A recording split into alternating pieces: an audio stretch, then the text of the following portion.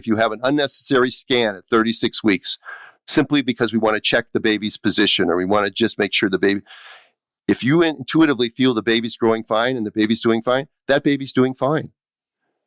And if you do an ultrasound for no reason at 36 weeks, you have a 22% higher chance of having a cesarean section, simply because you did an ultrasound where they're going to find, oh, the baby's a little on the small side, or the fluid is a little lowish.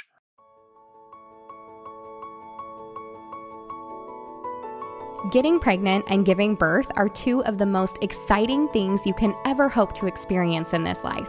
The moment you think you could be pregnant, you're frantically searching for all the best information, which is why you're here today. I'm Stephanie King, and with my many years of experience as a professional childbirth educator, doula, and lover of all things pregnancy, birth, and postpartum, I'm here to make preparing for your birth enjoyable, empowering, and totally easy. Each week, I'll cover different topics, interview professionals, and get into the nitty-gritty birth stories from mamas just like you. And when you're ready for more, you can join me in the My Essential Birth course at myessentialbirth.com, where I take you step by step through exactly how to prepare your mind, body, spirit, and partner for a birth you love. So let's get started.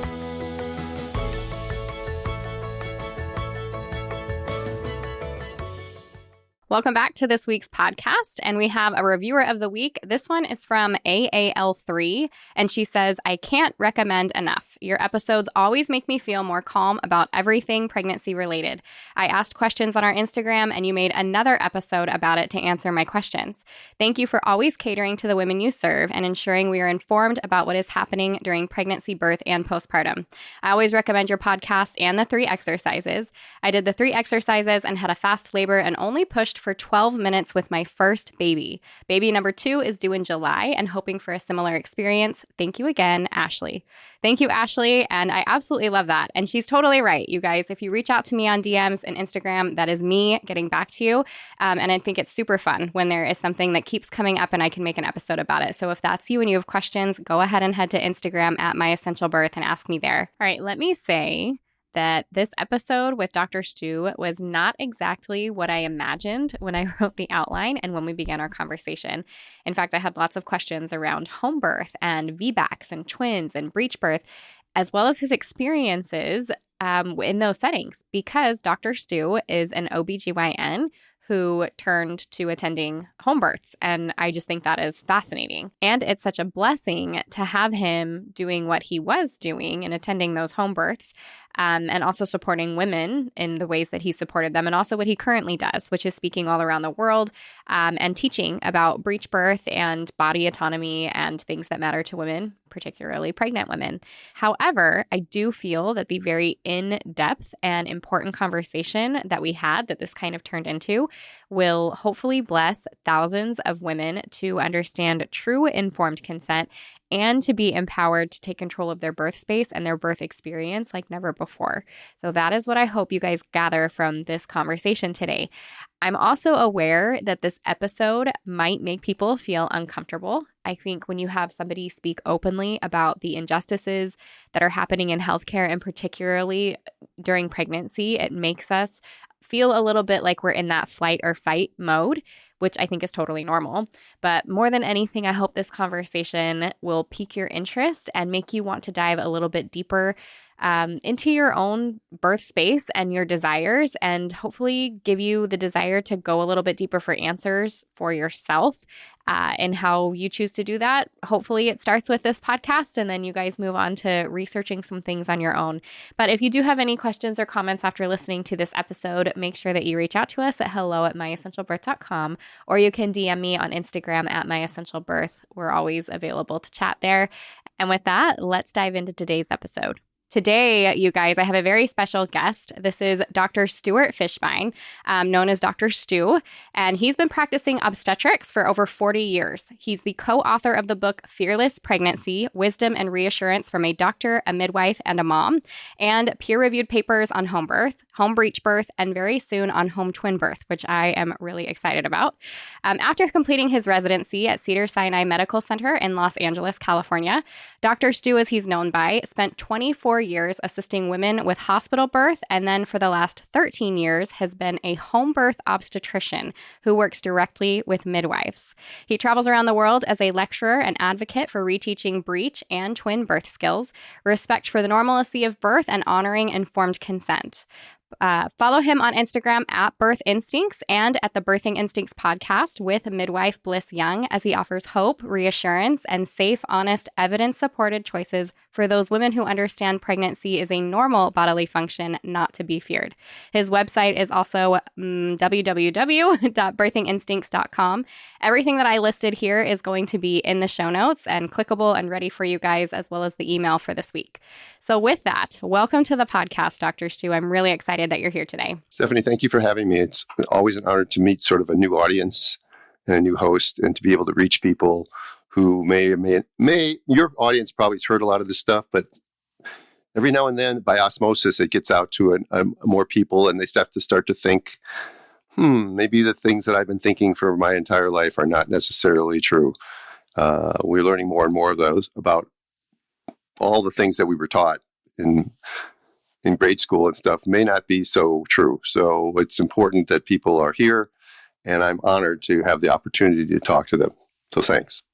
Yeah. One of my favorite things just in reading and that intro and learning about you, I mean, how often do we hear about obstetricians that work as in home now, like as a home birth midwife or in a home birth setting?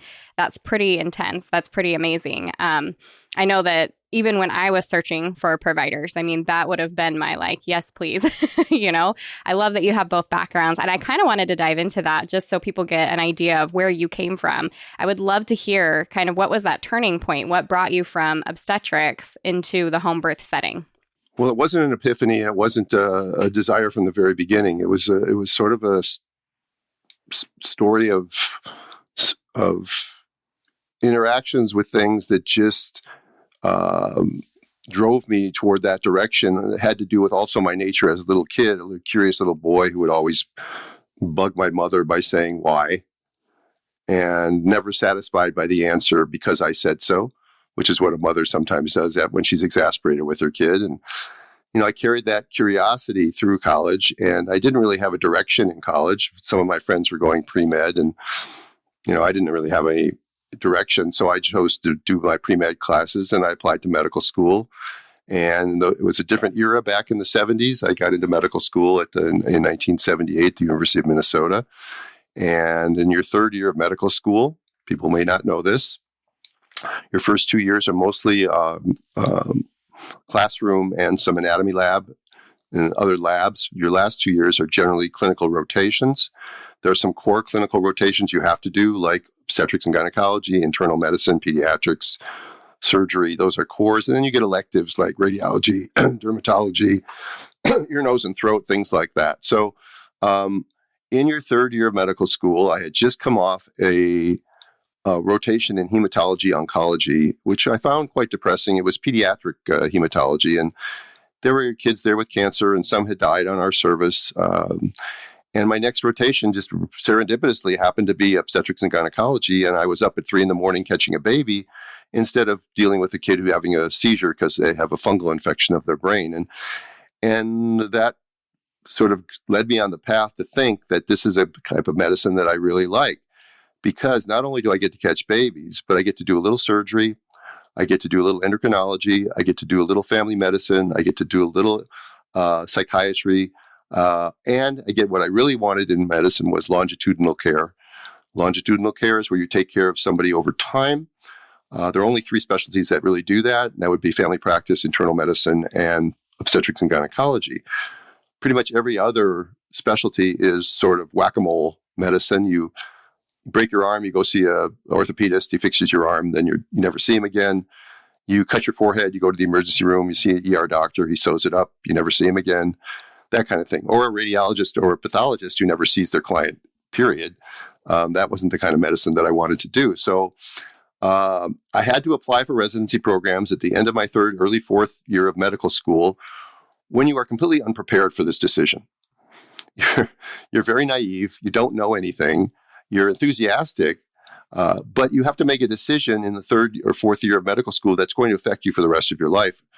Because once you get on that path or that river, it's very hard to get out. It's very hard to change. And so I applied for residency programs. I matched in Southern California. Matching means it's a very interesting thing. Again, kind of an exciting day. It's a sliding door moment in your life, which sometimes we have them and don't recognize them. This is one that you can recognize. On the third Wednesday of March, across the country, every fourth-year medical student gets an envelope that they open up, and it tells them they've been applying for residency programs, and the residency programs have been ranking the interviewees, and we've been ranking where we want to go. It all gets put into a computer. It's called the match, and we get an envelope that tells us where we're going to end up. And I ended up matching in Southern California at Cedars-Sinai Medical Center in Los Angeles, which is a very good hospital. But it wasn't even my first or second choice. It was my third. It was down in my third choice. My first choice was actually University of Colorado. My second choice was actually University of Iowa. People ask why, and it's a long story. We're not going to get into that. But I matched in California, and because I matched in California, my life took a turn that I never would have seen it taking. First of all, I was very lucky because my residency program was affiliated with LA County USC Women's Hospital's program. They were the busiest hospital in the country in the early 1980s, doing about 22,000 births a year there. If you break that down, that's 65 babies a day. We as Cedars residents spent 4 months there, and we were there every other day. So that's 60 days, 65 babies a day. You can do the math. You're seeing about 3,600 births in a matter of 4 months. And of course, 3% of those are breaches and 3% of those are twins. And so you're seeing a couple breaches and a couple sets of twins every day. And we found them to be just a variation of normal. As a matter of fact, we used to fight over them. We used to, the senior residents or junior residents would kick out the interns because they wanted to do the breech deliveries because it was fun. And it was just considered normal. And somewhere along the line that changed and it became, oh, it's too scary. We can't do them. And we have to do C-sections on all of them. They stopped teaching those skills. But nonetheless, I finished my residency program very medicalized.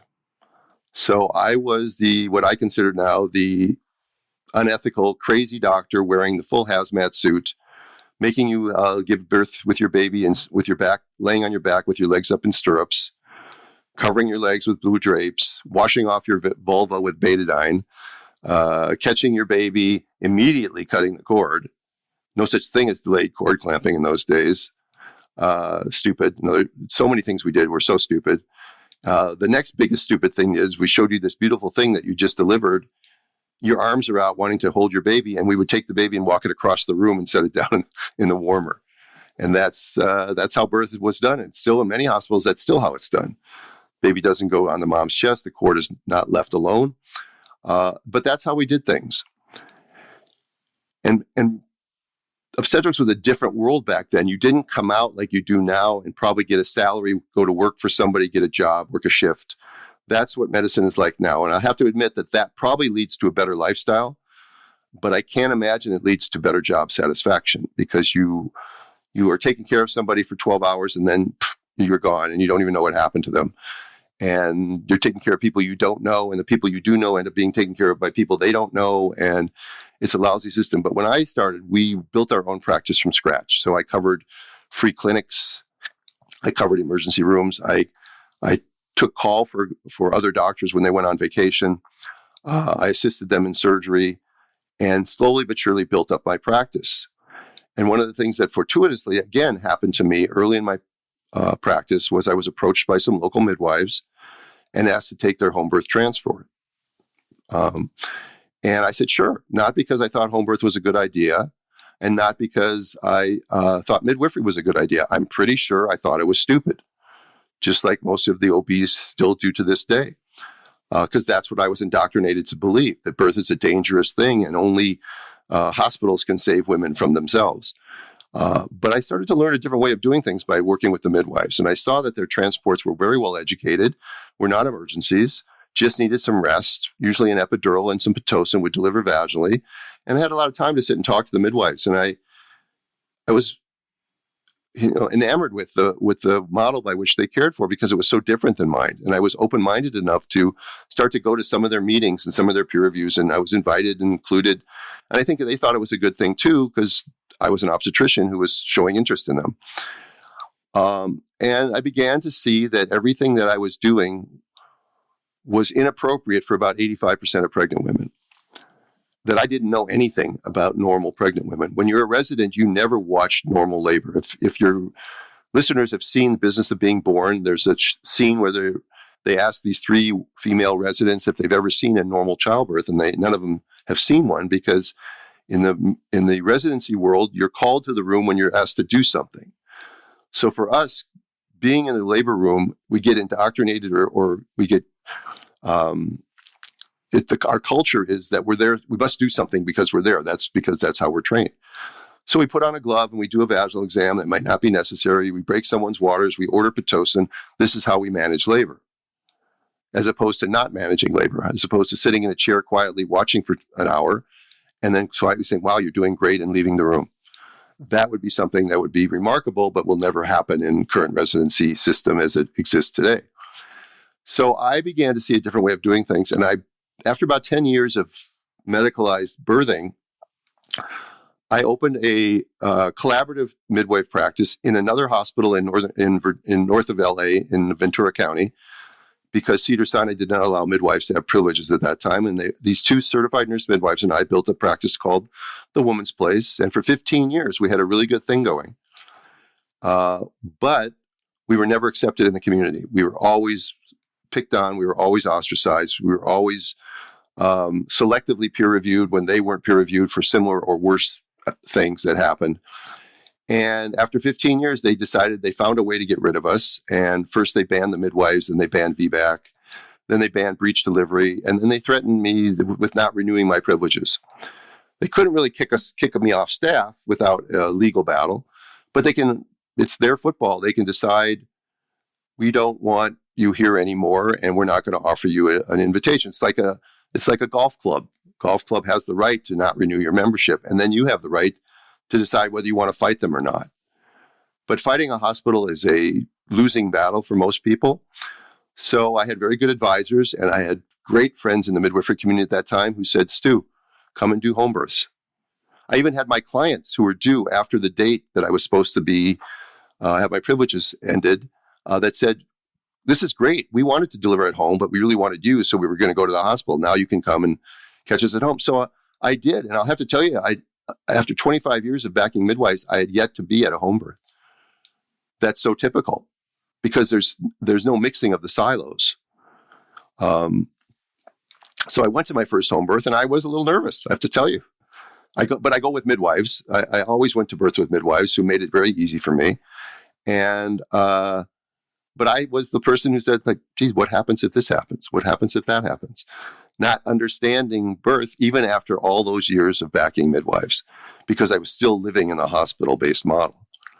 And then over the next 13 years, I did home birthing, and I got braver. And I started to do women with medical issues like diabetes and hypertension. I said, why can't they have a home birth? And I started to do breeches, and then twins, and babies sometimes with Down syndrome. You know, why did they have to be denied that beautiful moment at home with their parents, skin to skin, microbiome, epigenetics, the experience the mother has? I mean, one of the longest lasting memories a woman will ever have is the birth of her child. And so many women don't have good memories of that. Women are more concerned about how they're treated in pregnancy and labor than how they actually delivered their baby. And when women aren't treated well, that sticks with them probably for the rest of their life. So the birthing model, I just began to see the common sense that it made to treat birth as a normal function of a woman's body. And this is, again, most of my wisdom comes from the wisdom of midwives, passed down through eons. And I would not be the person I am today without giving gratitude to the midwives I've worked with and the ones that came before them. So then I began to publish papers, because I'm not an academician. I don't really like doing that, but I felt it was important enough. And so I published a paper on home birthing. I published a case report on a set of twins with a breech first twin's head got stuck on the second twin vertex, something called interlocking heads, which supposedly never happens, but scares all the doctors out of doing breech first twins. Of course, they don't do breech now at all. But I created a simple maneuver that solved that problem, and I published a paper on it. Of course, I couldn't get it published in any of the premier OBGYN journals in the United States. I had to go to an international online journal, all access, so people can find it. And I even spoke to the editor of the Green Journal at the time. Her name was Nancy Cheshire, and we had a good conversation. And she said, Stu, I'm paraphrasing here, but she said, Stu, our peer reviewers just aren't ready for you yet. So your stuff isn't going to get through peer review. So that's a preface to what was coming in the era of censorship, and how, journals now publish articles that benefit the agenda that they serve, and block articles that don't. And we all saw that with the COVID articles and the hydroxychloroquine articles and the ivermectin articles and the false articles about how effective and safe COVID-19 vaccine was. And when a journal is sponsored mainly by Big Pharma, or the newscasters are sponsored mainly by Big Pharma, you're not going to see them running negative stories or printing negative journal articles about it. And so I've learned a lot. And then age caught up to me, and being on call every night for 40 years, even when I was on vacation, I didn't turn my phone off. I took calls. I got real tired of doing that. And so I had to give it up. And I now found a new mission in life, which is helping women with questions and the podcast, and going around the world and teaching my 2-day twin and breech home birth seminars, or not necessarily home birth, but skills seminars that are very well received. I'll be going to Australia for 6 weeks coming up this August. I'm teaching 6 seminars, plus I'm speaking at a conference whose name I love. It's called the Convergence of Rebellious Midwives, and I'm really looking forward to speaking at that. And finding that slowly but surely some doctors are coming around to it, but most doctors, because of the way they're trained, because of the financial constraints on them, because of the medical legal constraints on them, are not likely to change anytime soon from the model in which they are feeling most comfortable, despite the fact that they have to know that a lot of what they're doing is a violation of every basic tenet of medical ethics, and yet they continue to do it. And part of my talks, when I give my 2-day seminar, is a whole lecture on why things are the way they are. And I talk about cognitive dissonance and stage 1 thinking and mass formation psychosis, and how doctors could go along with certain things knowing that they're wrong. It's fascinating stuff. I hope that people, this is a long story. I don't want to take up the entire podcast with my story. I could easily do that, but I could monologue the whole hour. But that's how I got to where I am right now. And I wish I still had the energy to do deliveries. I actually miss being at births. I do not miss being on call. Yeah, I understand that for sure. And I appreciate the background in that story, and everything you kind of talked about there. I think there is this, I think a lot of people are asleep, and it's really nice when we have an opportunity to wake them up a bit. So I appreciate all the things that you mentioned there. And I think too, just the importance behind, as moms who are pregnant today, understanding what's happening. And it's not that the people that they're interacting with are necessarily bad people, but the way that they are trained and the constraints that they have make it very not conducive to what we would hope to have out of our experience as pregnant and birthing women. And that's what leaves us, as you were saying, how we're treated. That's what leaves us feeling like, what just happened? That was not the experience I wanted, even if you can't pinpoint what it was. So I think everything that you said was just nail on the head and really, really important to be said. So thank you. On that point, I'd like to just add that happy people do not treat other people badly. It's really rare for that to happen. Unhappy people treat other people badly. They kind of want to spread their misery. You can call it, I think Christiane Northrup calls it, what they call energy vampires, I think is what they do. But when a doctor snaps at a patient, or a doctor rolls their eyes at a patient, or a doctor stomps out of the room as a patient, or a doctor uses subtle or overt coercion or pulls out the dead baby card. That's not the way you talk to people if you're happy. So I feel for my colleagues that are stuck in the hamster wheel that they're stuck in, but it's their own fault for not having the bravery to get out.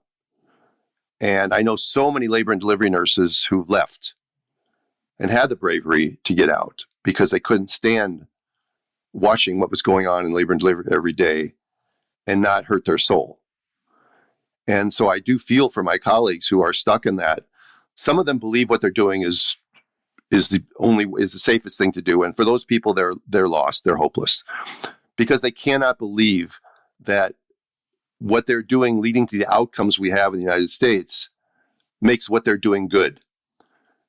The fact that they refuse to look at outcomes, the fact that they refuse to look that the C-section rate has risen 500% in 50 years, and the rate of cerebral palsy or hypoxic ischemic encephalopathy, as we call it, or stillbirth, has not fallen, commensurate with any sort of intervention that they've done.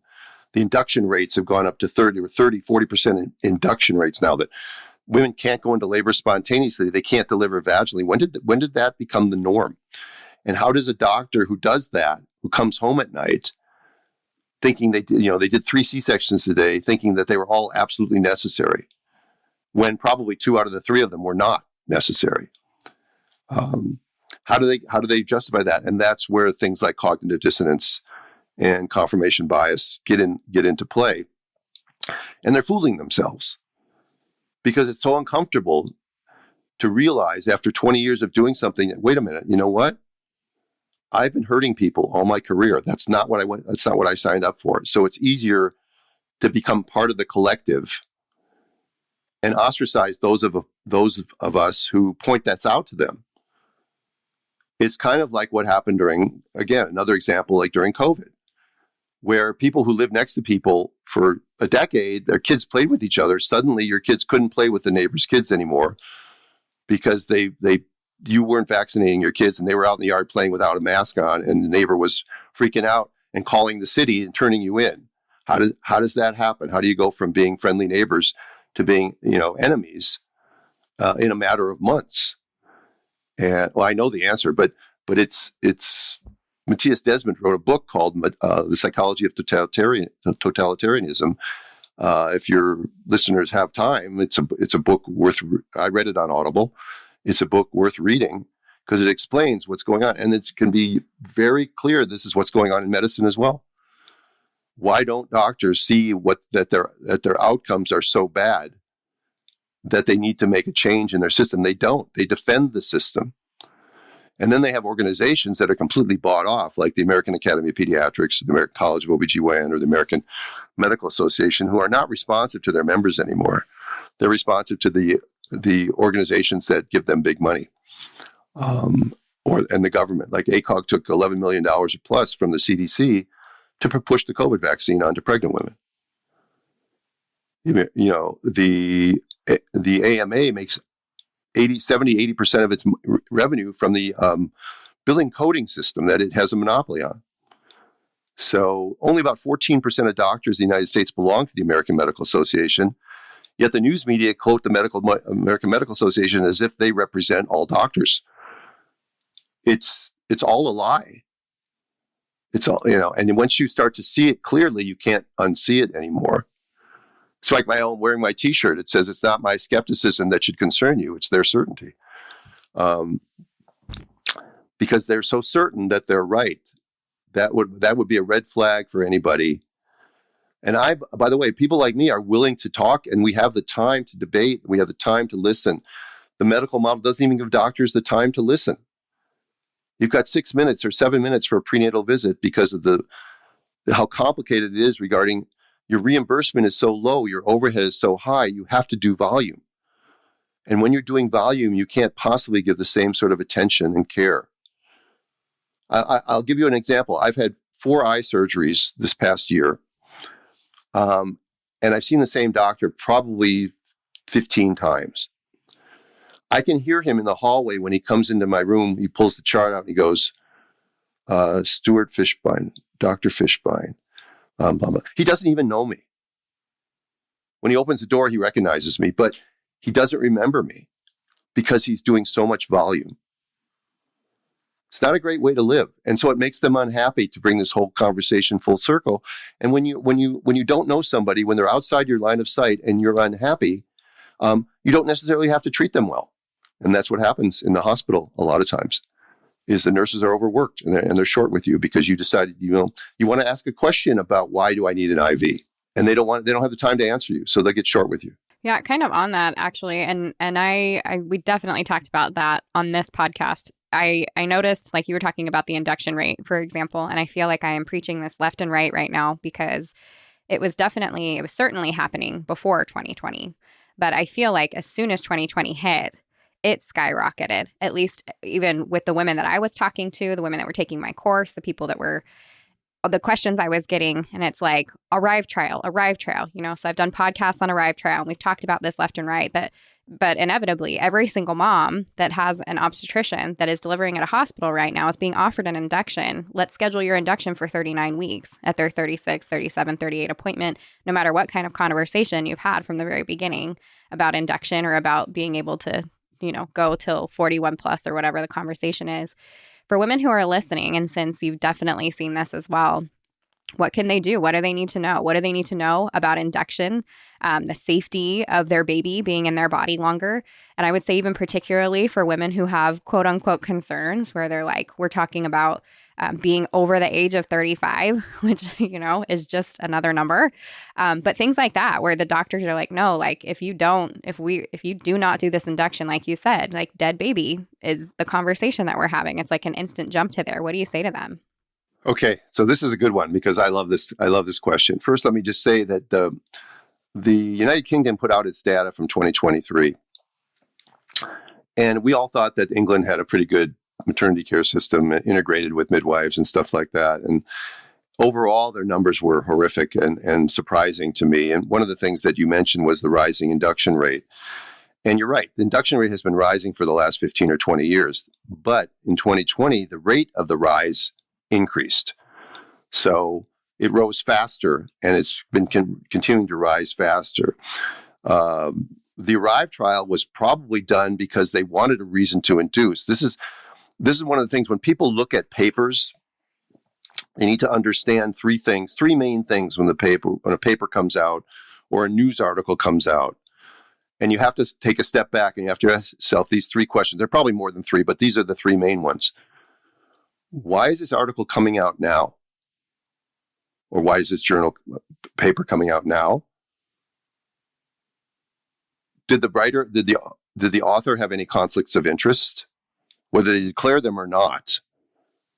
Because there are authors who declare they have no conflicts of interest, and yet they do, because they work for the journal in which they're on the editorial staff of the journal in which their paper got published. That by definition is a conflict of interest, although they just don't see it that way because of basically cognitive dissonance. And the third one is who paid for the study. You have to look at these things, and sometimes they're not easy to find. But don't just read a headline, and don't just read an abstract or a conclusion on a paper. The meat of a paper is in the material and method section. They may come out with something that says, "Oh, this is conclusive that this should be happening." Well, first of all, no paper is ever conclusive. A paper is just a piece of data. And as we know, there are papers that come out that a year later the paper is refuted, or other papers come out saying something different. But when a paper comes out and says something definitive, you have to look at the material and method section. Oh, there were only 12 people in the study. Oh, the safety testing on that vaccine was for 4 days. Oh, well, now, wait a minute. That doesn't really make it definitive, does it? So you have to look at that sort of thing. So your question is what to do when you're being told things. How do you know whether they're true or not? Well, first of all, everybody listening should understand that pregnancy is a normal function of your body. And it rarely goes wrong when you leave it alone. Occasionally it does. But the medical model is always on the alert for something. They're always going to be looking for something. They're always planting seeds of doubt. I don't think they mean to do it in a mean way. I just think that this is the way they're taught, and they never think outside of their box. So when a doctor sees you for the first visit and finds out that you are 35 years old, or even worse, you're 34 now, but you'll be 35 before your due date. Okay. Now you're in a higher risk category. Like, what? Really? Really? It changes like from 34 years and 11 months and now 35.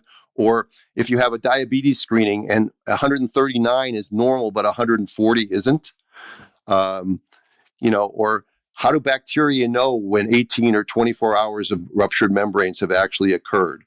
The bacteria have a little watch on and little alarm goes off and they say, oh, now it's time for us to get. No, it has to do with a lot of the things that they're doing, like the vag exams or the fear or the seeds of fear that they're planting that cause these issues. And if you're fearful the entire pregnancy, you're bathing your baby in cortisol and adrenaline instead of endorphins and oxytocin, to simplify the matter.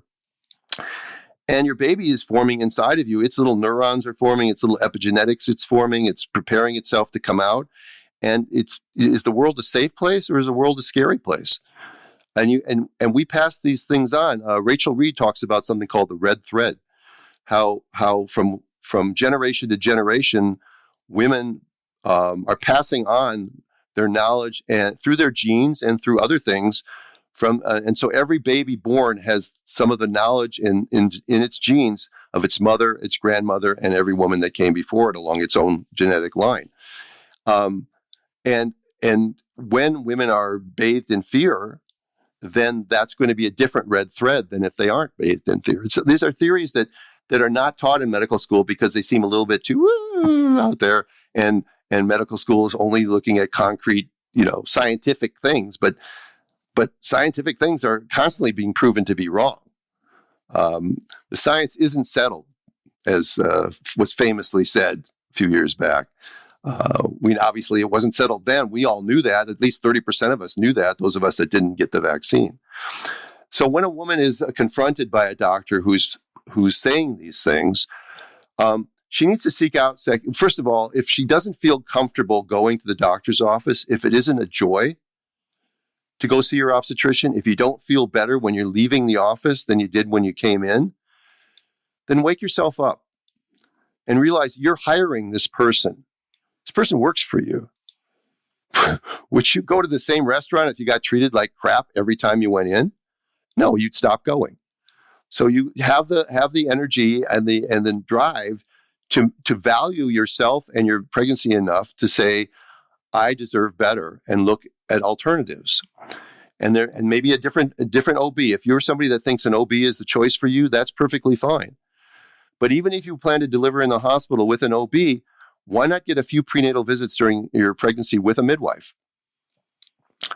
Not just to see the difference, but because the midwife will spend an hour with you at your prenatal visit, and she will talk about your stress reduction. She'll talk about your diet and nutrition. She'll talk about how's your sleep, how's your relationship, who do you like, who would you like at your birth? How do you foresee your birth? These things are not discussed in most OB's offices. Especially in OB's offices that have like a shift mentality where each time you go in, you might not be seeing the same person. They have no connection to you. You're not going to be cared for the same by somebody who has no connection to you. And those doctors are trained in a fear-based thing, so they're going to be scared. And they're going to want to try to control any of nature's chaos by providing you with their own interventions, unaware or uncaring that their own interventions will cause all kinds of chaos, but it's their chaos, so they're okay with handling it. Because you'll end up finding something if you have an unnecessary scan at 36 weeks, simply because we want to check the baby's position or we want to just make sure the baby. If you intuitively feel the baby's growing fine and the baby's doing fine, that baby's doing fine. And if you do an ultrasound for no reason at 36 weeks, you have a 22% higher chance of having a cesarean section, simply because you did an ultrasound where they're going to find, the baby's a little on the small side, or the fluid is a little lowish, or they'll unnecessarily turn on the color Doppler because they can bill for it. The color Doppler is used way too much by maternal fetal medicine doctors. It had very narrow use when it first came out, but like everything else, it had emission creep. And now it's used pretty much on every ultrasound. It's higher intensity, non-ionizing radiation. You don't need your baby to be exposed to that. The predictive value of it is very low in low-risk patients, and yet it's turned on at every 20-week ultrasound. You can ask for that not to be turned on. If you want your 20-week ultrasound because you want to look at the anatomy, fine. But say, you know what, I really don't want the 3D. I don't want a picture of my baby's face. I can wait 4 months and get a nice picture of my baby's face. And I don't want you to turn on the 3D or the color Doppler, excuse me. You can ask for these things.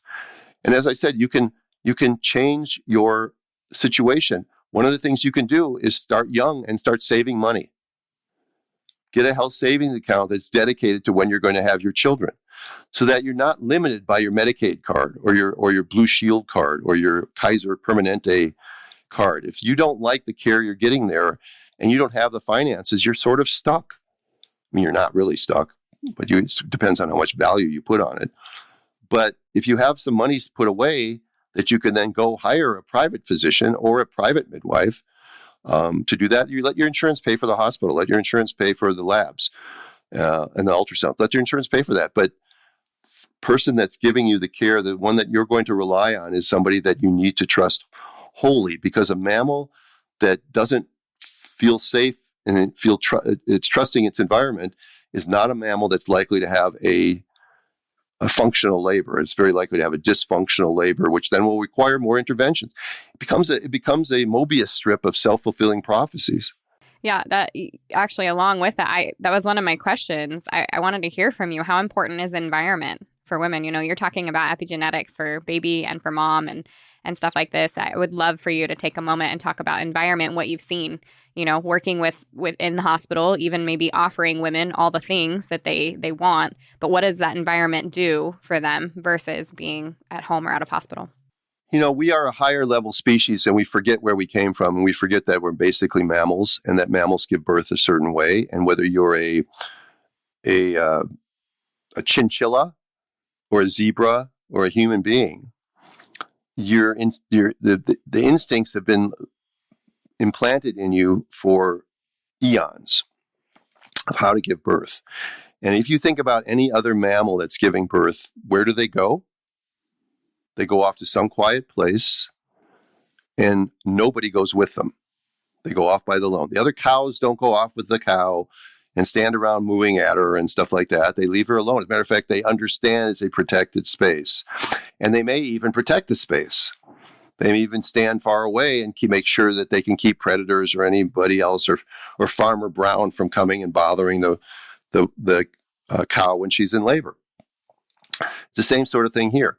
A mammal finds a quiet place, and when they're hungry, they eat, and when they're thirsty, they drink. They don't restrict their intake, and they don't restrict their movement. An animal may stand up, it may pace, it may lie down, it may roll, it may do whatever she needs to do to help her baby navigate that system and help her deal with her discomfort that she has. We can get into a whole nother conversation about why is labor uncomfortable. That's a whole nother conversation. And then when the mammal's ready to give birth, the baby comes out in the grass, in the dirt, in the litter box. Who knows where they give birth, but they give birth. It's not a sterile procedure. Nobody ever rushes in to cut the cord, and nobody ever separates the mother from her newborn baby. Right? Try taking a newborn baby chimpanzee away from its mother. See what happens to you. Okay? So, but in our world, we do everything that I just described. We do the opposite. And by the way, if you had a dog that was in labor in your house, and say you have 3 little kids, what do you tell the 3 little kids? Don't bug them. Leave the dog alone. Leave them alone. Yeah. Leave the dog alone. Don't go in and check their blood pressure. Don't go in and put a glove on and stick your hand in. As Bliss likes to say, my podcast co-host, no one's ever checked a tiger at 7 centimeters. So you just don't do that sort of thing, and you don't take away their food and water. You don't restrict their intake, but we do that to the human female. From the moment they leave their house to the moment they put the baby in the car seat to drive home, pretty much everything that's done to them is antithetical to nature's design, which is a testament to the fact that 67% of women can still deliver vaginally despite all these interruptions. So the original question was, I'm trying to remember, what was the original question? Why I got to mammalian birth, I forgot. Oh, the space, the feeling trusting, feeling safe. Thank you. This is my brain. It does that. It goes in. I go into my garage and I move things around, and I can't remember where I put them. But the trust. So you want to be in a situation where you feel safe, because if you don't feel safe, if you're not surrounded by people who are treating you nicely, or just quietly not even talking to you, letting you be in your primitive brain space, keeping you out of your cognitive brain. If you don't feel safe, your labor is going to often be dysfunctional. Sometimes it's so powerful that it overcomes all that anyway. That's what's amazing. But that's not how we're designed. Women are designed to give birth by themselves. Our cognitive brains don't want us to, don't think we can do that, but you can. You can. Free birthing is growing. It's obviously not something that those of us with medical training feel real comfortable supporting. But I understand if a woman comes to the choice where she's got a choice where she's going to be bothered and harassed and threatened throughout her labor, or she's going to free birth at home, I don't think that I'd have a trouble choosing what I would pick either. So the medical system isn't conducive to how mammals give birth.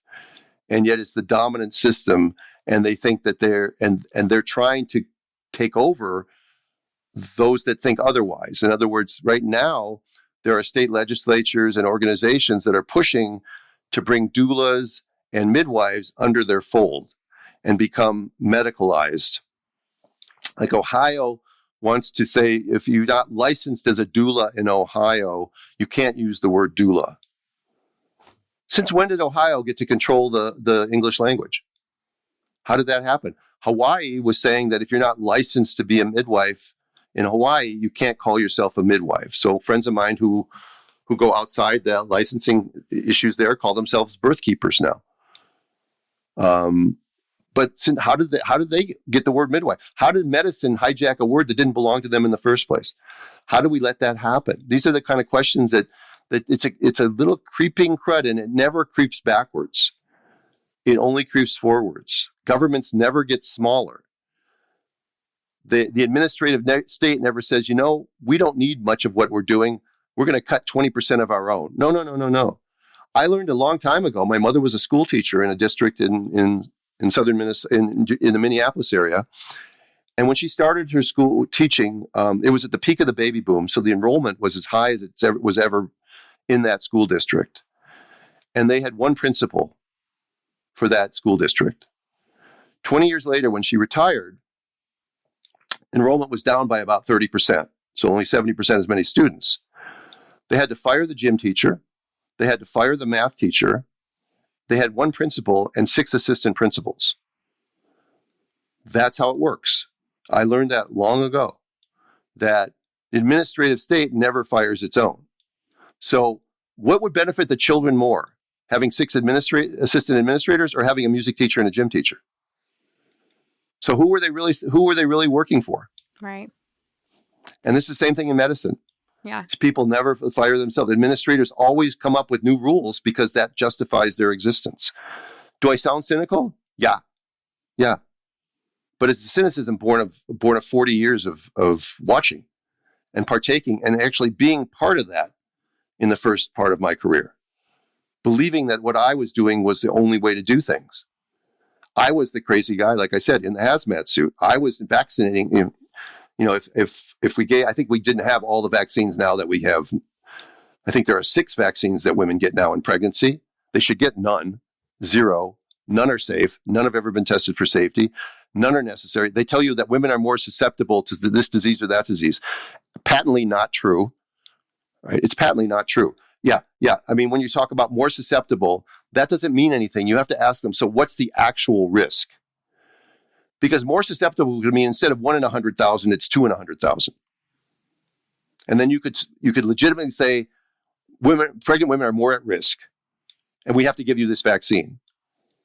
But if the actual risk is 1 in 50,000, well, then the woman should be able to make that decision for herself, shouldn't she? I mean, isn't that how we're taught? That, by our Constitution, our Bill of Rights, that some of these things are self-evident, that we have the right to life, liberty, and pursuit of happiness. not, oh, you know the thing, if I could quote our current president. So we have certain rights, and we don't know them, and we don't exercise them because we've been bullied into believing that the doctor knows best.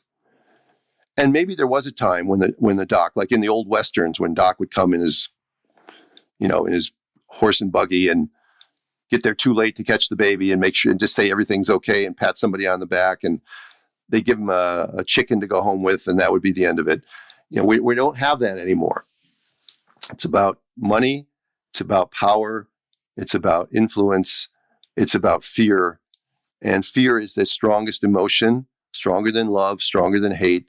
You can get anybody to do anything when you manipulate them with fear. And we've taken fear and we've integrated it, woven it into the obstetrical system in the United States. How do I know that? Well, I'd like to bring receipts. So you go to the Amish population. And in the Amish population, okay, the women there don't fear birth. They may even know a friend who died in childbirth. But their culture is not to fear birth. They don't want to go to the hospital. They don't need to go to the hospital. They rarely need to go to the hospital. The midwives who take care of the Amish are incredibly talented midwives. A lot of them are under the radar, unlicensed, because some states where there's a lot of Amish, they won't let them do the things that they need to do.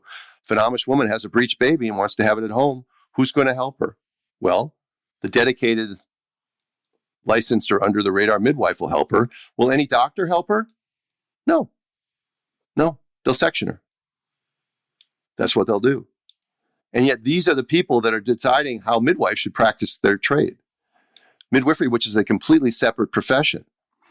The medical model has tried to convince us that midwifery is a lesser subset of obstetrics, and therefore obstetricians need to supervise midwives.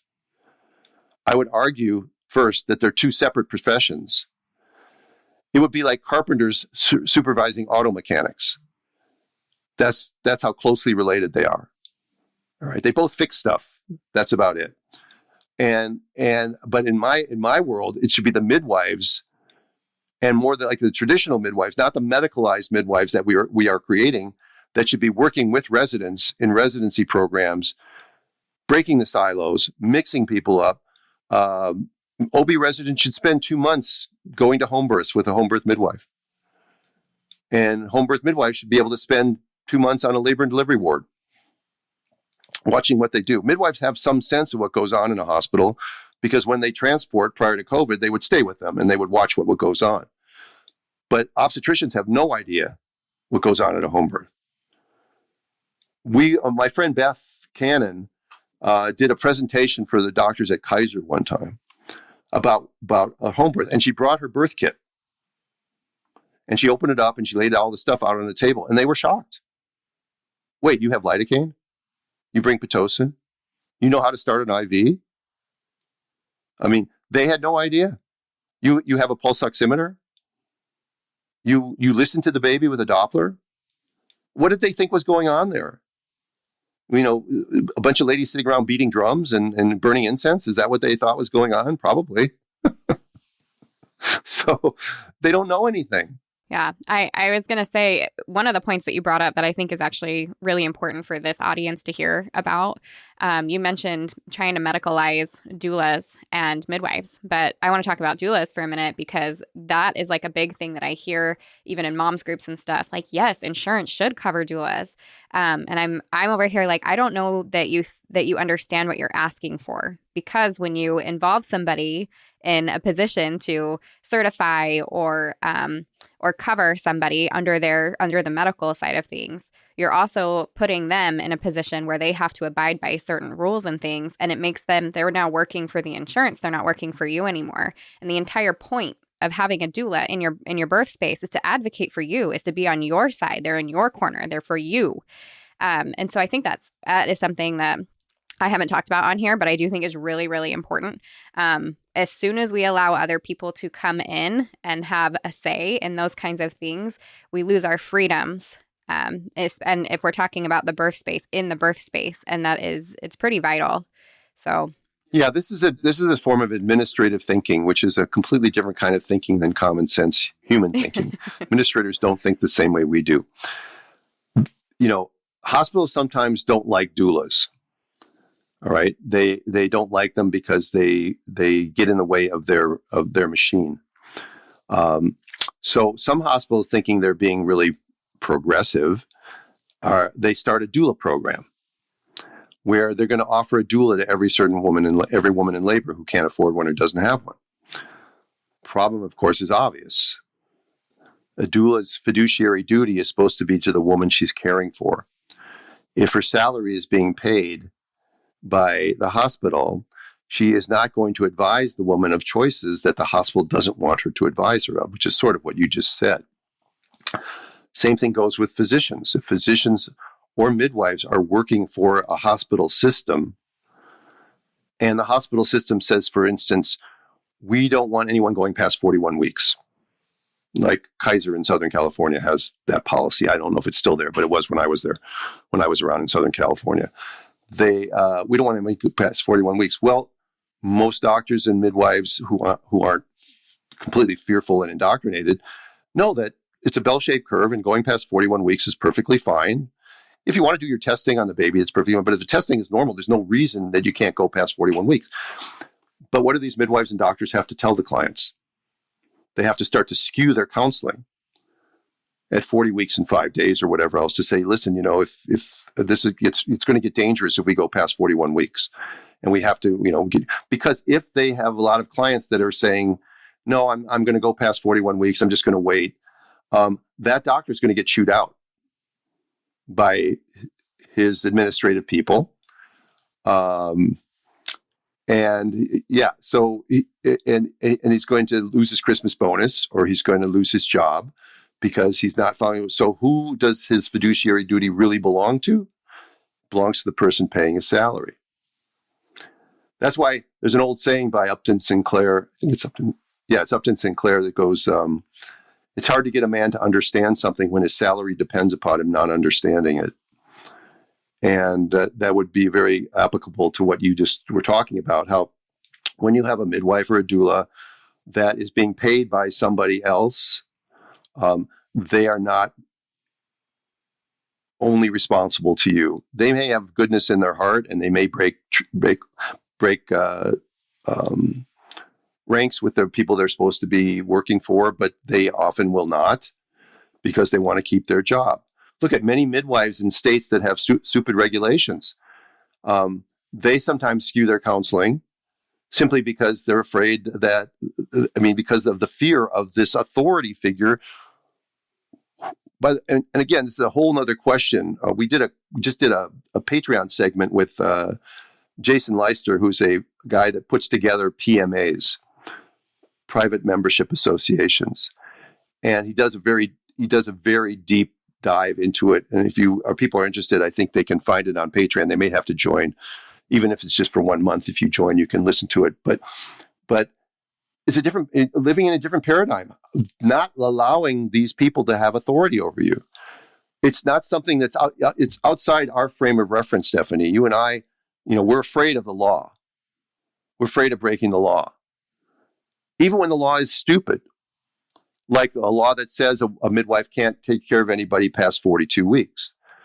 So what ends up happening is midwives end up doing things to their pregnant women that they would never do if they were free to practice as they know in their heart they should. And they end up doing like sweeps and talking about castor oil and doing these things when there's no reason to do them other than the stupid law. And so that's why not a lot, but I know several midwives who are thinking about giving up licensure and going into the private membership association type situation, maybe even with a religious sort of ordained ordination that goes with it, so that they can have a religious freedom exemption from certain laws, and just live their life like that, and just say, I respect the law, I just don't respect stupid law. Like I think I said that earlier. And I'm not going to, or maybe I said that last night. I don't know. I've done so many interviews lately that I can't remember, but I do.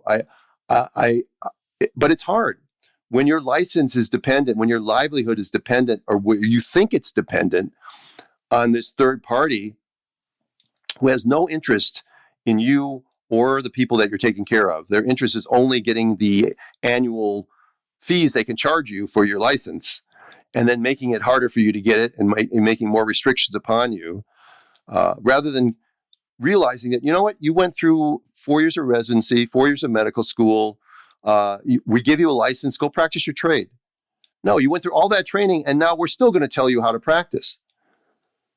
If doctors knew that before they applied to medical school, if potential doctors knew that, and they knew that they were going to go through give up 8 or more years of their life to come out only to be told how to practice by somebody with a degree in business from Harvard, then maybe they might not want to waste 8 years of their life, and they might want to do something different. But they don't know that. And the beauty of youth is that they're naive and they don't know these things, because you learn these things over time. And as I said, I started out the kind of physician that I now sort of mock and laugh at, because they don't know anything.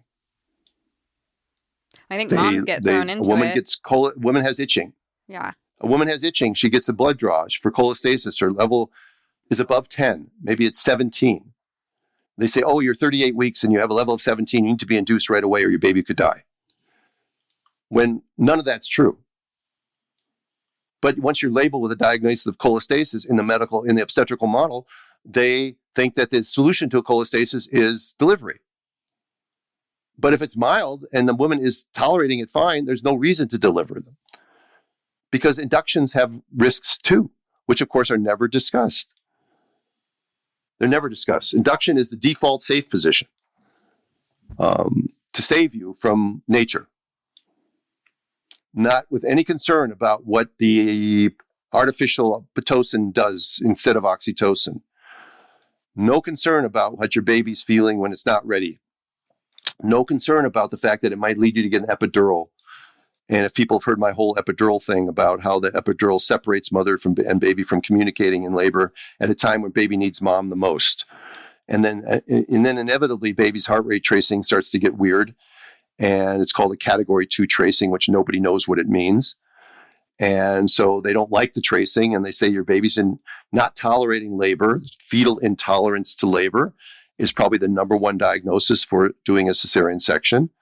And they do a cesarean section, baby comes out perfectly fine, and they say, wow, great, we got there just in time to get your baby out just in time. This is cognitive dissonance at its best, to justify the fact that you took a baby out that didn't need to come out, and now you've altered that baby's whole start in life. Right. And that whole woman's experience. And the mothers. And you put all that woman's future babies at greater risk now because she has a scarred uterus.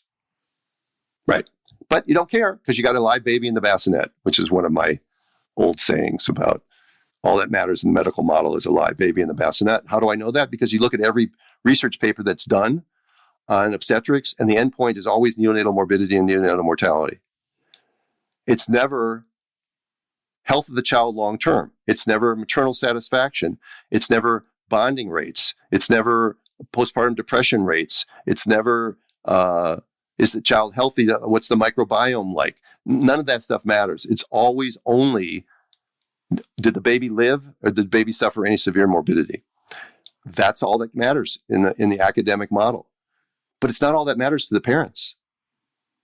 It's obviously a big, important thing. But if the baby lives, but then has chronic allergies, or reacts to the hepatitis, the aluminum in the hepatitis vaccine it didn't need, or it got antibiotics in labor and now has, problems with its gut for years, that's not the doctor's concern. If I can, maybe you'll keep this part, maybe you won't, but I'm going to say something fairly controversial here. Is that okay? Yeah, go for it. Okay, great. There's a bit of a delay. So, recently there was this tragedy in Arizona, and maybe some of your listeners know about it, where a mother and baby lost their life on a home VBAC. And everybody's blaming the midwife. And I'm sure there's blame enough to go around. But I've read the news stories. I've talked to some people involved with it. I don't know the details that completely, but she ended up rupturing her uterus. The baby died and mom died. And she'd had a C-section for her first baby. She'd had a successful VBAC with her second baby, and this was her second attempted VBAC. And that's when it happened. And everybody's sort of up in arms and thinking how terrible this is, and they're blaming the midwife. You know what the first thing that came into my mind was? Why did she have that first C-section? And it turns out, from what I understand, it was because she had a scheduled C-section because she had a breech baby. I may be wrong, but that's what I think that I was told. But let's just, for instance, say that that's true. So, because she wasn't given a choice to have a vaginal breech birth, because she was told a C-section is the only safe thing for her and her baby, this terrible thing happened later down the line. If she'd had a vaginal breech birth with her first baby, then she and her baby would be alive today. But no one asked the question. Not the law enforcement, not the media. No one has ever asked the question. So let's look back. Why did she have that first C-section anyway? And yet it's the first thing that comes to mind. But it wouldn't enter the mind of medical experts, because they will consider a C-section for breech to be standard of care. But was she given the choice? Was she given options? Or was she, railroaded into having a C-section with fear and coercion and inadequate information so that she couldn't give informed consent? I don't know. But I'd be curious. So my point being is that all these C-sections and all these endpoints, they're very short-sighted. They're not looking at the long-term health of our species. I mean, we've never had a sicker generation of children than we have now, ever. Not in the times of polio, not in the Black Plague, never have we had such chronic illnesses that we have now. And if you look at possible etiologies for that, you're talking about, of course, vaccines and heavy metals, as you see in Brian Hooker and Robert Kennedy Jr.'s book, Vax, Unvax. You can look at the numbers, you can compare things. And then there's multiple other books on that. But we also have, 5G, and we have glyphosate, and we have GMO foods, and we have things in the air, and and pesticides, and we're spraying and all this stuff. I'm missing a couple other major things that we have. I mean, we have Bluetooth and Alexis in our baby's room. What are we thinking? Do we know that it's safe? But why are we doing that? Some people have a Bluetooth little bear in there or something in the crib with the baby sleeping next to it. They're telling us not to sleep next to your phone. That causes brain tumors. But we've got them in our baby's room, and nobody thinks about it. So where are we going? And why aren't we looking at the answer is because there's too much money and power in the people that are running it to ever think of changing their ways. It's too painful for them to actually admit that they've been doing the wrong thing for 100 years.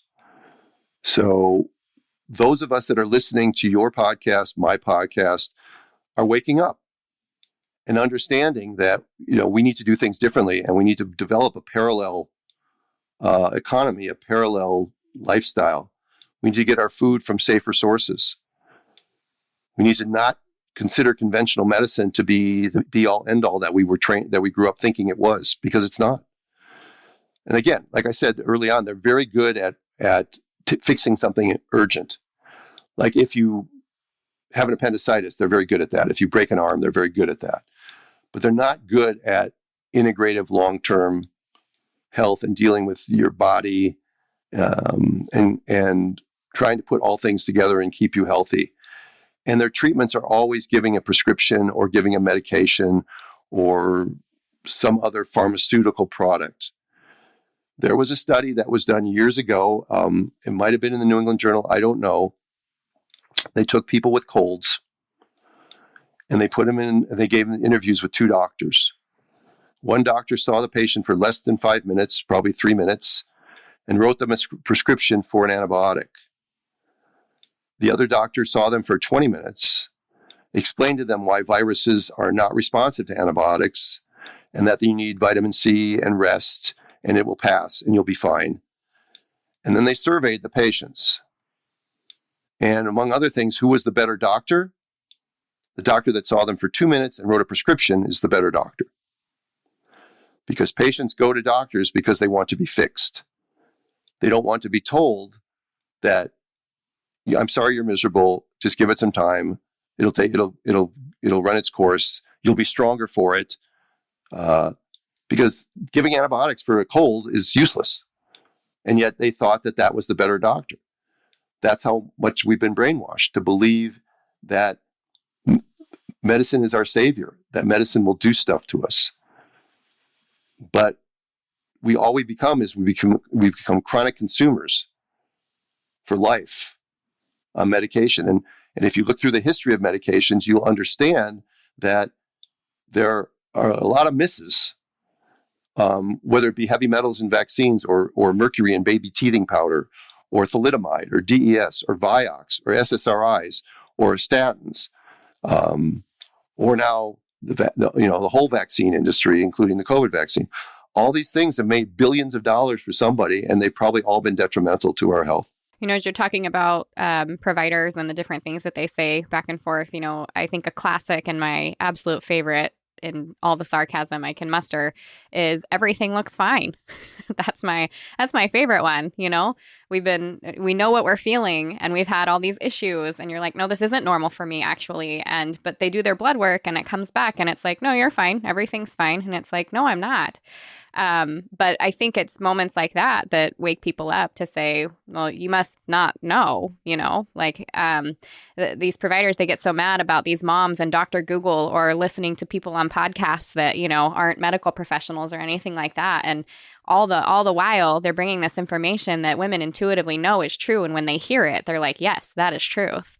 And the provider's not giving them what they need. So I think at least for myself, and I know for many other women, pregnancy is kind of the thing that launches you into that different way of thinking where you do start questioning things because you're like, no, this doesn't make sense to me. And this is not what I feel is intuitively correct for myself or my baby. The one thing that I agree with you. The one thing that women have taught me and midwives have enhanced is to listen to the woman. Women know their bodies better than any physician can possibly know their bodies. And listen to the women. And if you have the time, then you could hear them. The system doesn't give doctors the time, or they don't have the training to do what integrative doctors and integrative practitioners will do. Here's a really good example that I remember talking to one of my partners about years ago. I had a woman that kept coming in with vaginitis. She kept coming in and first time maybe we found some yeast, so we gave her some yeast medicine. And then 2-3 weeks later, she's back again. And this time we do a wet smear. We can't find anything, so we send off cultures, and the cultures come back normal. She doesn't have bacterial vaginosis. She doesn't have chlamydia. She doesn't have mycoplasma. She doesn't have gonorrhea. She doesn't have anything. She doesn't have what's the little protozoan? I'm drawing a blank now. Where do you get flagellate for it? Trichomonas. She doesn't have trichomonas. She doesn't have any of those things. You can see how far removed I am from clinical practice the last couple of years. I haven't done that. So she doesn't have anything wrong with her. So you say, okay, well, here, try this cream. And then 3 weeks later, she's back again. She says, it's really itching in there and you can find nothing wrong. There's no redness, nothing wrong. The pH is normal. You've checked everything. And then if you have the time, you ask the question, what's really concerning you? And she says, I think my husband's having an affair. So the whole time, she couldn't say that. But she was expressing herself by worrying that she caught something. And she was not coming in because she had a real problem. She was coming in to be sure she didn't have a problem, that she didn't catch something from the suspicion that she had. And if you had the time to take a good history, you could figure that out early on and not put the woman through 4 or 5 visits and a bunch of prescriptions because you're baffled and you just don't want her in your office anymore because you don't know what to do for her. And here she is again. And if the doctors would just take a moment and think, why is she here again? What is going on? Something more is going on here. Let's talk about it, and get into it. But the medical model doesn't allow for that time that doctors need, nor does it allow, often because of the shift mentality, that if you make an appointment, you get whoever's available. They don't know you. If you know your client, and that beautiful thing I talked about with longitudinal care was that when people came in for an annual visit with me, we didn't spend much time talking about their health.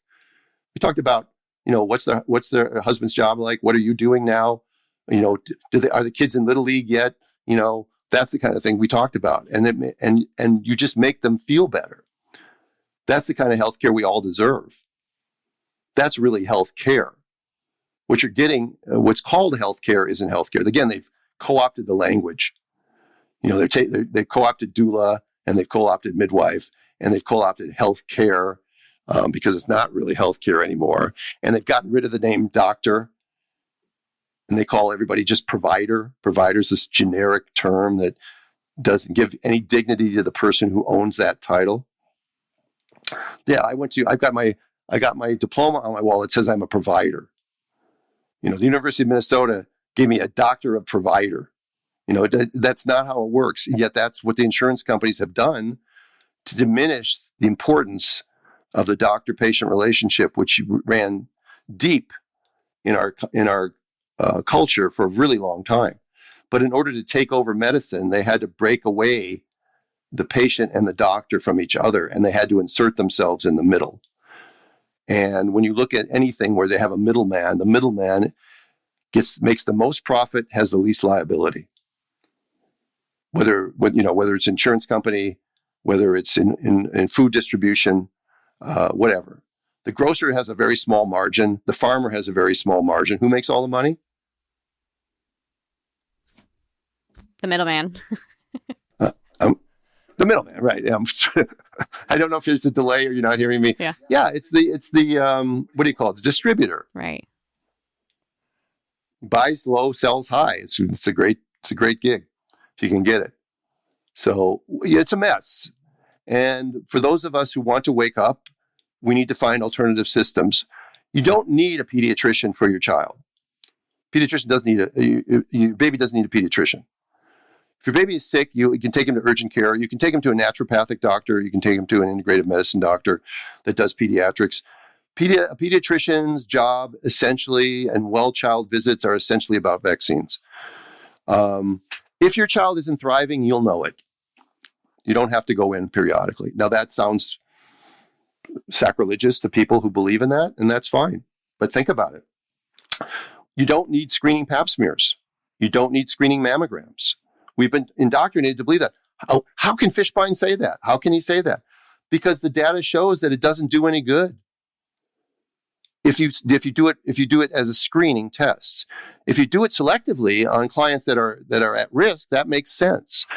But to tell every woman she needs a screening mammogram every year from the time she's 35 is probably wreaking more havoc, causing more biopsies that are unnecessary, more mastectomies, more lumpectomies, more anxiety, more stress responses, more radiation to your breast than you probably ever needed. The same thing with pap smears. Pap smears, if you're in a monogamous relationship, you're over 25 years old, you're in a monogamous relationship, you probably never need another pap smear. If you want to get one every 5 years or so, fine. You don't. So a lot of the things that medicine has done have been done that way for a long time simply because of habit. And they don't do it for the benefit of the woman.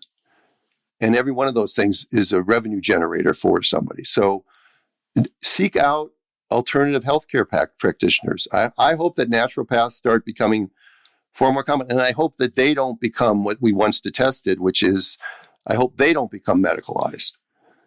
That the corporate people find out, well, there's a whole thing we can get a hold of. And they start grabbing on to the naturopathic medicine community and organizing them and then lording over them. Because nothing that gets big gets better. Well, I mean, and again, every one of these things has an exception, but nothing that as it gets bigger gets better. It always gets more impersonal. It always gets harder to deal with somebody. Find a person solve a problem. It's so much easier if you've got your local mechanic than if you're dealing with, some big car dealership. You don't know whether you're getting ripped off or not with a car dealership. With your own local mechanic, you may be getting ripped off, but you have a choice of getting a second opinion and seeking it out and doing that sort of thing and taking the time to do it. And by the way, when we do that with things like our cars. If I get a bill and it says I need $5,000 worth of repairs, I'm going to say, you know what? Make it so I can drive it today, and then I'll check those other things someplace else. And then you can find out you can do the whole thing for $1,200 someplace else. So you do that. But with our obstetrical care, we go to one place and we just decide, okay, that's it. Guy's been doing my pap smear for 10 years. He's going to catch my baby. Do more research than that. Yeah, that's one of my soapboxes. It's one of the most important events in your life. Yeah. You will remember it till the day you die. We want you to have good memories. Yeah. Well, and it's worth it to do the hard thing. It's worth it to be uncomfortable and go interview providers as if this is like a big deal and it's going to be the person in your very private space. But it's true. We get this like kind of the white coat syndrome thing. We walk into a provider's office and all of a sudden like you're in charge and I don't know my body and whatever you tell me is true. And that's unfortunate. So that's for sure something that, I'm constantly, I kind of joke like chicken egg situation, right? Like which one do you need first? Because you need a really good supportive provider. Like you will not have the birth that you desire, or you will have to fight a lot more for it if you do not have that in place. And on the other hand, if you don't know what your options are and you're not educated about what you're looking for in a provider because you're not aware of the things that can happen during pregnancy and labor, then you can't make those decisions. So, I mean, they kind of go hand in hand, really support a provider and having that information. But it's so true that, Yeah, you're really right. Go ahead. Oh, you're really right. Interviewing them is the way to go. They shouldn't be interviewing you. You're interviewing them. Unfortunately, it gets turned around. Yeah. You should make your first appointment with your physician should not be for a physical. Your first appointment for a physician should be to meet and greet and just have a conversation. Keep your clothes on. If they want to take your blood pressure, fine. Okay. If they want to weigh you, fine. No blood draw, no nothing. You sit, you take whether they give you 20 minutes or 30 minutes or whatever they give you on your initial visit. You pay for it out of pocket if you have to, if it's not covered by your insurance. It's you interviewing them. And it's you asking them, okay, so what's your philosophy on Group B strep? What's your philosophy on vaccines and pregnancy? What's your philosophy on if I go past 40 weeks? What's your philosophy if my membranes break before I'm in labor?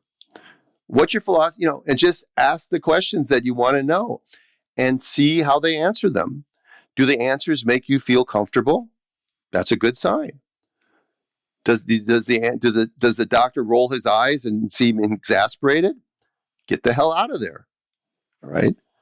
Don't let them. It's not about your medical history. Is not the first reason why you're there.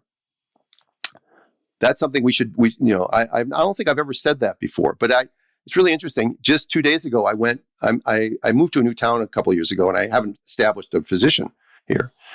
And so 2 days ago, I finally decided I wanted to go establish with a physician here. So I went to see a DO here in my little town, Kanab, Utah. And he was very cool. It's basically me interviewing him. I said, I don't really want an exam today. He said, Dad, we weren't going to do it. We won't do it, whatever you want. I said, I'd just like to hear a little bit about your philosophy. And we ended up talking more about the healthcare status in America and stuff like that. Because he knew I was a physician and we got into talking, but I had a normal conversation with him. And then I asked him, like, what's your take on vaccines? And he goes, well, we're very, very sort of open-minded about not giving them. I mean, he didn't want to say, I think they're toxic and I'll never give them to anybody ever again in my life, because he's more believing in the informed consent model there than I am. Because I don't think if you give informed consent on a vaccine that anyone would choose one, but I know that that's not true. Some people will choose it anyway. But I left there feeling great and feeling like this is the guy that if I need him, if I have a hypertensive crisis, if I get a rash, if I something, I can go see him, I'm going to trust him because I went and interviewed him. So I think that was great that you said that. that you should interview them. Remember, you're hiring them. I could have, if I didn't like him, I could have seen there's several other DOs, and I could have gone to St. George if I had to.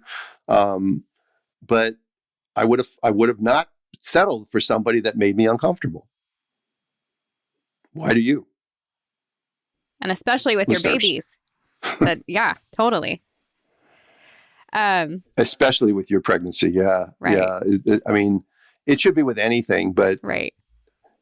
But with your pregnancy, it's somehow we've made that extra special, precious, and you should give it the respect and the love that it deserves, and not be unhappy. And if you leave your doctor's office unhappy or scared, that is a complete red flag that tells you need to try something different.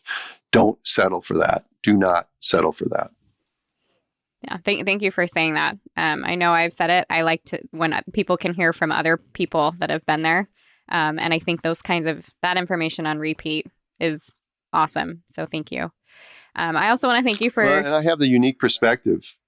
Oh, yeah, okay. No, I'm sorry, I'll just say the last thing. I have this unique perspective because I spent 25 years or more, 28 years actually, 28 years with residency in the hospital setting.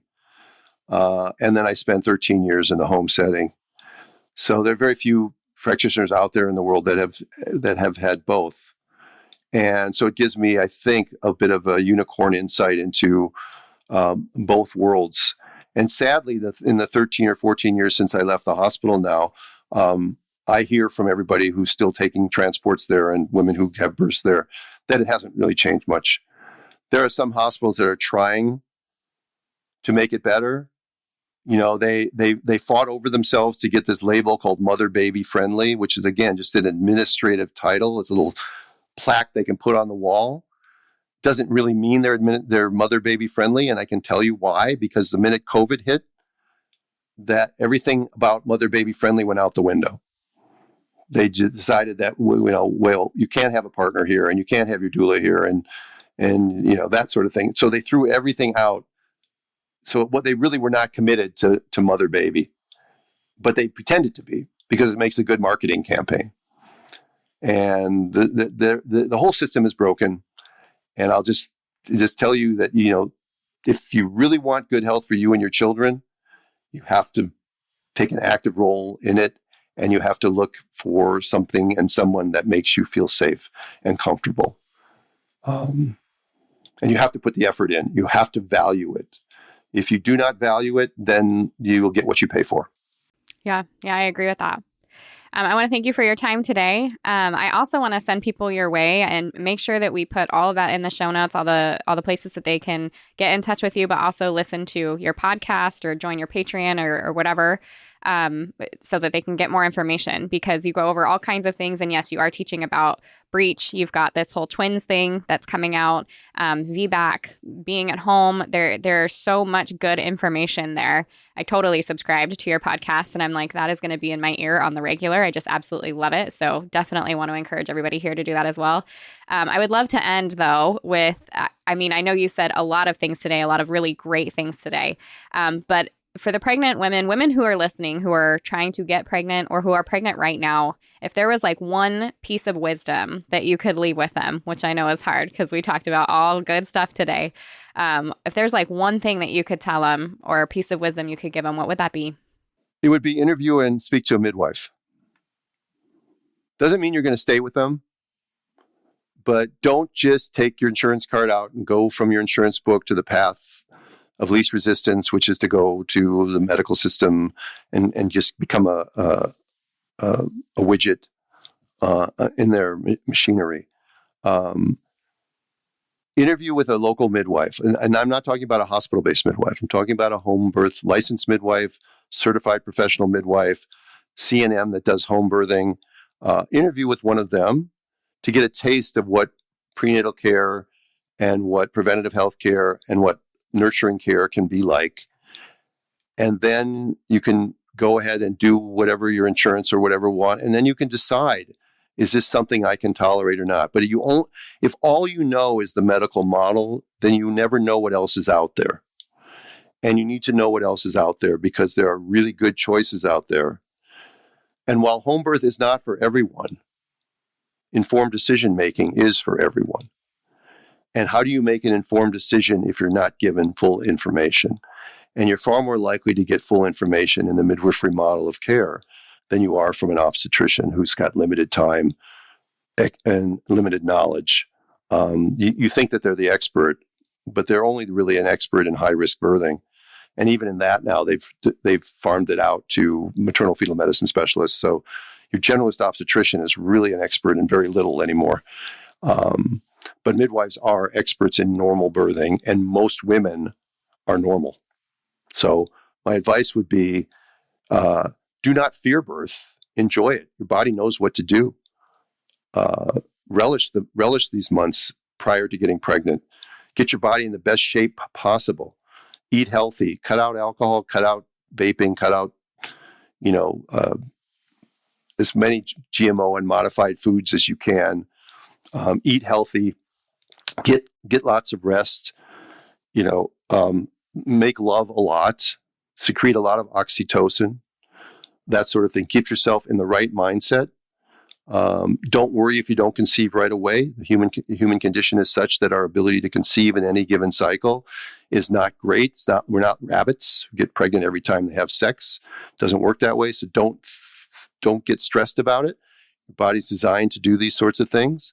Once you get pregnant, then you got to keep yourself as healthy as possible and as happy as possible, because you want to bathe your baby in those happy hormones. So stop watching horror films. Stop reading the news. Watch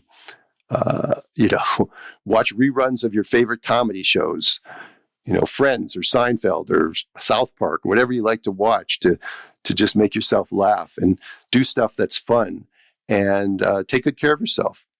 Take the supplements that your practitioner recommends, or that you can find places online that tell you what supplements are good and what things are bad. And if you're not, at any point in your prenatal care, if you're not feeling nurtured and comfortable, listen to yourself and do something about it. Thank you. Thank you for your wisdom, and thank you for being here today. I really appreciate it. You're totally welcome. And if any of you are interested, we do, Bliss and I do have a Patreon account number. The link is in my bio on Instagram. We have a free membership where you can get just the minimum stuff, and then we have 4 tiers where you can get actually a lot of access to Bliss and I outside of our podcast. And then I have my own consult, or not, we don't call it consult service so much as a meeting where you can book time with me. And that's through my website at birthinginstincts.com. So everything of mine is Birthing Instincts, whether it's a podcast, whether it's Instagram, whether it's my website, it's just Birthing Instincts. I'm lucky I picked that, by the way. I picked that decades ago. And it turns out that actually fits me really, really well. So I'm very happy with that title. So Stephanie, again, thank you for letting me. Probably went way over your normal time. Totally it's fine. Typical for me. I can't get things done in an hour, and I appreciate you having me on, and the kind words, and sharing your audience with me. And I hope that you and I make changes for our future children and the women that we care for. Yeah, it's been a pleasure, and I agree. Thank you. If you loved what you heard today, the very best way to support this podcast and help other moms to find it is to leave a quick review. I read one at the beginning of the episodes, and I would love for yours to be next. And if you're ready for even more pregnancy, birth, and postpartum goodness, come join me in the My Essential Birth course at myessentialbirth.com, where I will hold your hand and walk you through pregnancy and birth step by step, so you're totally prepared for a birth you'll love. See you next week.